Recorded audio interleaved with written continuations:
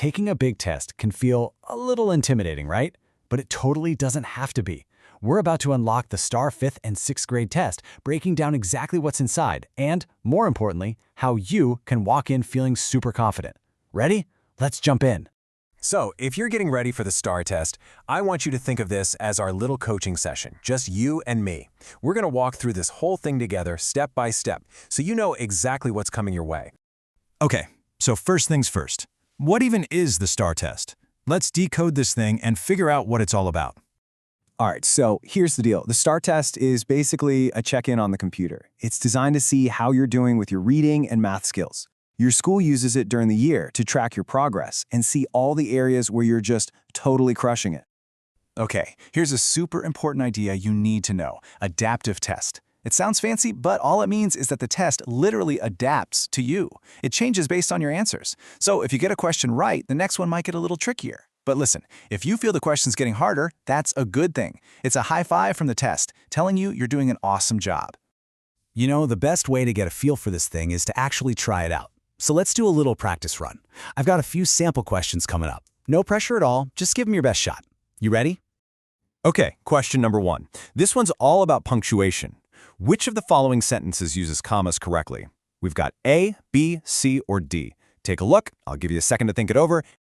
All right, did you get it? The correct answer is C. I want to buy apples, oranges, and bananas. Why? Well, it's a simple rule. When you have a list of 3 or more things, you pop commas in between them to separate everything out. It just makes the sentence way easier to read. See? Not so bad. Okay, ready for round 2? This one's about sentence structure. The question is, which of these is structured correctly? A, B, C, or D? Go ahead and read them through, see which one feels right. And the correct answer is B. The book that I borrowed from you is very interesting. You totally nailed it if you picked that one. It's a nice, clean sentence. The others have little mistakes, like A uses although and but, which is like wearing a hat on a hat. You only need one. And C gets a little jumbled. It should be swimming, hiking, and riding to keep the pattern going. Little things like that make a big difference. All right, last one for our practice run. This one's a spelling challenge. Which of the following words is a homophone for flower? Your choices are flare, flower, flea, or flute. Remember, a homophone is a word that sounds the same but means something totally different. Which one is it? You got it. The answer is B, flower. F-L-O-U-R. Homophones can be kind of tricky, right? They sound exactly the same, but they're spelled differently and mean different things. You know, like the flour you bake cookies with versus the flower growing in the yard? Spotting those is a great skill to have. Hey, you did an amazing job with those questions. And that little practice run? That's the perfect example of how you go from feeling a little unsure to feeling totally prepared and ready to rock this test.